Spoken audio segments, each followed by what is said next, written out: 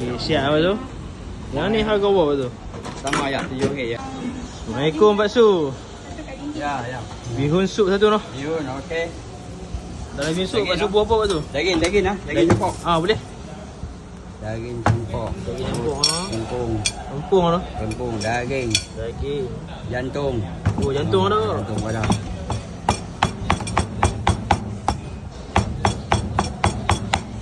Lempung. Okey. Okey. Alright. Ni siap Pak Su. Siap satu. Macam ni harga berapa Pak Su? Ini RM7 ya. Okey, siap Pak Su. Yang ni harga berapa tu? Sama ya, RM7 ya.